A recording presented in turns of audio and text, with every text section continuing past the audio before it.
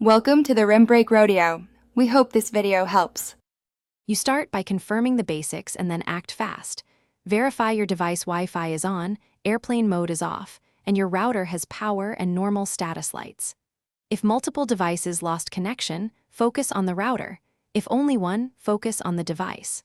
Once done, unplug the router's power for 10 seconds to clear transient faults, then plug it back in. Make sure to keep calm and note any error messages or unusual lights as you proceed.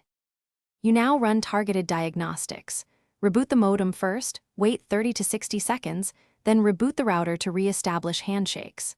Next, log into the router admin page to confirm DHCP is enabled, the wireless SSID and password are correct, and the firmware is current. Update if needed. Once done, plug a laptop into the router with an Ethernet cable to test internet access and check your ISP status. That will tell you whether the issue is local or upstream. You finish by fixing the device and creating fallbacks.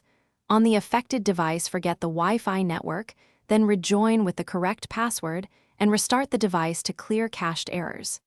If DHCP is failing, assign a temporary static IP in the same subnet or reset network settings. Once done, if nothing works, back up router settings and perform a factory reset, then reconfigure. If problems persist, contact your ISP. Thanks for watching. Consider subscribing if we helped you.